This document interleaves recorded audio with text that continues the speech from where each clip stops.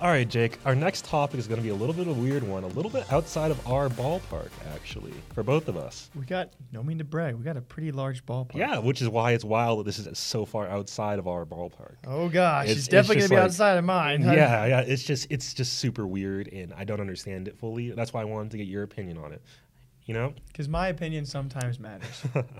So, Complexity, one of the biggest esports orgs in the world. I love Complexity. Okay, all right. You started off with a statement. Yeah. There's going to be plenty of people. I'm not saying they're the biggest. I'm saying one of. One of. I'd say that you can. I'd say that's arguable. Is it? As a point. Yeah, okay. Yeah. Not according to Forbes. I'm not saying Forbes. I mean, come on. You say Complexity, people know who you're talking about. Yeah. Absolutely. And they as such, they have teams across a broad variety of games. Weird variety. Yeah, exactly. Let me read you off some examples real quick. I already know it's going to be so weird. We've got CSGO, FIFA, Rocket League, Fortnite, Madden, Apex, Hearthstone, Clash Royale, Magic the Gathering Arena, and now they have a competitive North American World of Warcraft team. PvE, mind you, not PvP. I think, to the point, I am pretty sure PvE is actually the way to go when it comes time for guilds in WoW. We're probably going to reach some critics out there, but I believe that's the most notable of them as PvE guilds and not PvP. I suppose so. Yeah, I don't know. But that list, now, mind you, to be honest, I didn't know they had teams in all those esports. Yeah. Neither did I until I looked it up, and I was like, wow, that's a long list. I knew of CSGO and Rocket League and those, Fortnite, I guess, but those are actually some pretty competitive titles. I would say a wide variety of smaller titles, which is definitely weird. But of the entire list, I was waiting for you to say the weirdest one. Yeah. Which is definitely World of Warcraft. Wow, yeah. And that was very recent. This is a pre-recorded podcast, but that was what, a day ago or two ago by the time we record this? Yeah, I saw. Actually, I don't think they picked the team up last year. Actually, what? Yeah.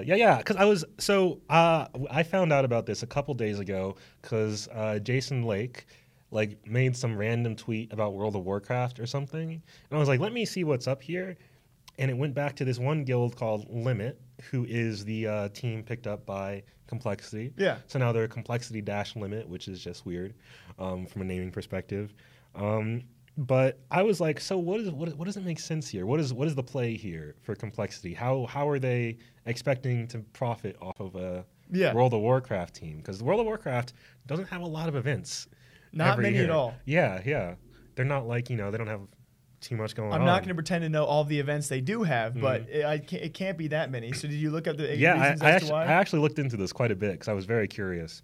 So not only is Limit one of the biggest guilds in World of Warcraft, apparently, they also have a Red Bull sponsorship and a bunch of other stuff, right? We can't even get a Red Bull sponsor. We're making fun of WoW guilds and they got better What the frick? Right. So basically there's 3 main events, apparently, the World of Warcraft guilds participate in. There's the Arena World Championships for PvP, which is 3v3 PvP. And then there's the Mythic Dungeon Invitational, which is to my understanding, it's players running through a dungeon and finishing objectives, and teams compete to see who can do it faster. And then there's also the Race to World First, which is for raids and stuff. Is that the biggest one? There's definitely... Yeah, as far as, from my understanding, the Dungeon Invitational and the Arena World Championships are the 2 big ones. Okay. They have events for those at BlizzCon, apparently. And Peace, BlizzCon. For real. We'll get into that a little bit more in a second, because there's drama in the WoW community. Oh, you love to see it. Yeah, right. And this is why they got signed. That's exactly what I'm thinking. But apparently, the Race to World First is a huge event for World of Warcraft. I feel if there's any event that I've heard of, it's that one. And I want to say I've actually heard of the top teams. I think there's one we sound so the dominating one is called Method. Okay, that's what I heard of. I didn't want to say it too soon. Yeah, Method was the one that's been Method and Limit. Is by my understanding. Once again, I'm not a WoW person. By my understanding, pretty sure I put money on Method last time they had this event, and I won. Because I'm pretty sure they always use. They took first for years, and Limit was usually second. Okay. Yeah, and Method also has a Red Bull deal apparently.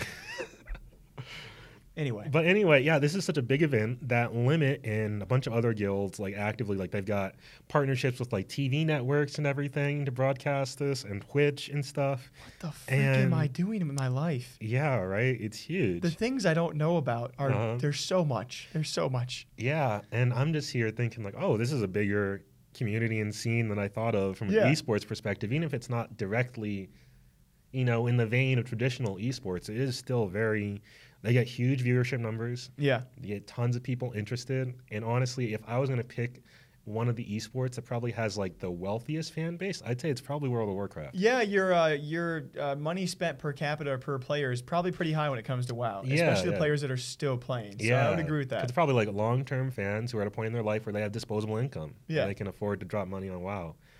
And anyway, so what just came out literally 30 minutes ago is that Limit will now be hosting their Race the World first event on the 28th of January, I believe, inside of the Complexity GameStop Performance Center. Wow. With a bunch of other guilds also going there. That's very cool. Yeah. Because that's what draws the major viewership. I think most of them do stream on Twitch as well, and they'll stream the entire thing. Yeah, inside the Complexity Center. But brought to them by the Complexity HQ or facility? Yeah. That's a very, very interesting thing, and I hope to God they have the internet capable, because you can already. Oh man, the pessimist in me is like, oh God, all the biggest freaking guilds in the world go down because it's all at the same facility, and some random small guild is like, let's go.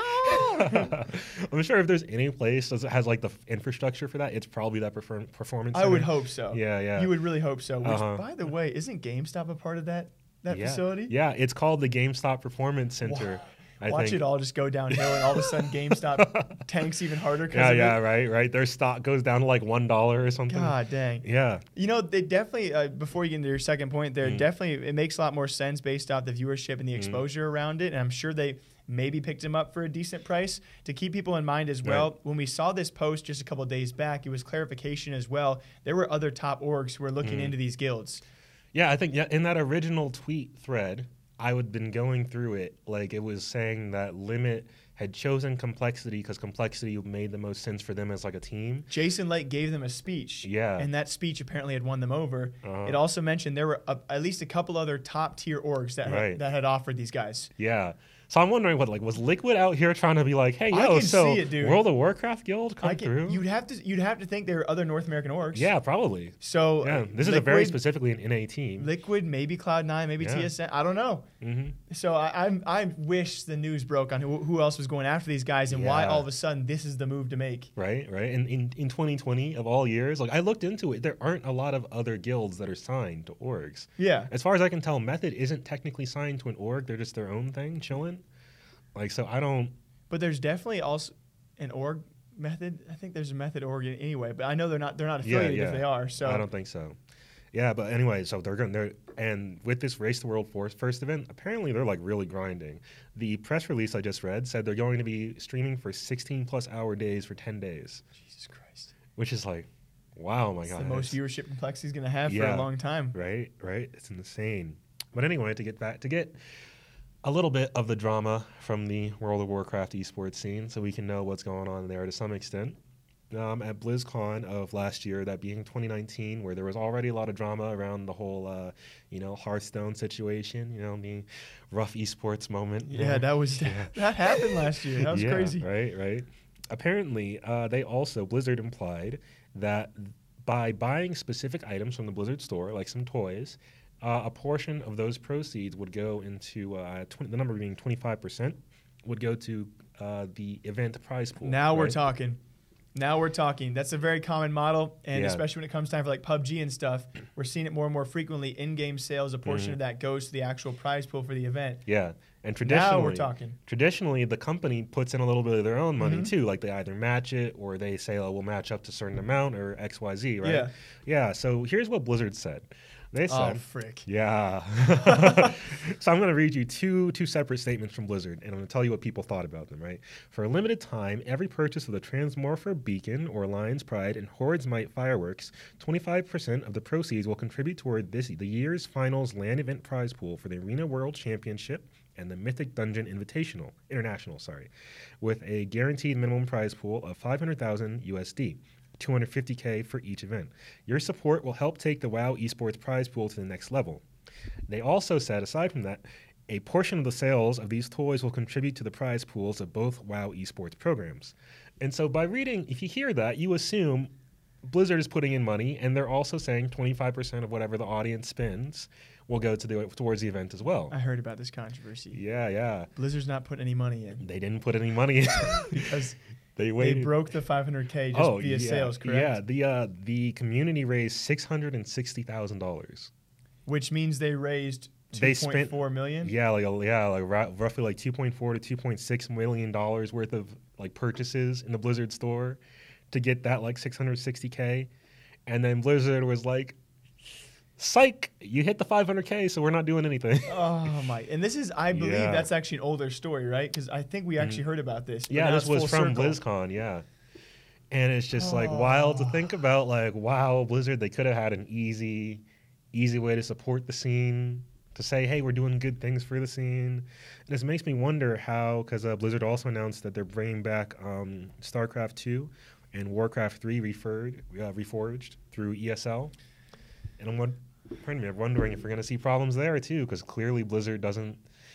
I mean, if you look at the Overwatch League, it's been a year of Blizzard choices. We could literally have a dedicated video of the biggest mistakes that Blizzard has made throughout 2019 and so far 2020. We could just say the biggest mistakes from a developer in esports over the past decade, and it would just be a list of what did Blizzard get up to. Blizzard and Activision would both be up there. Yeah, that's for sure. They're the same company now, so I mean, good to good.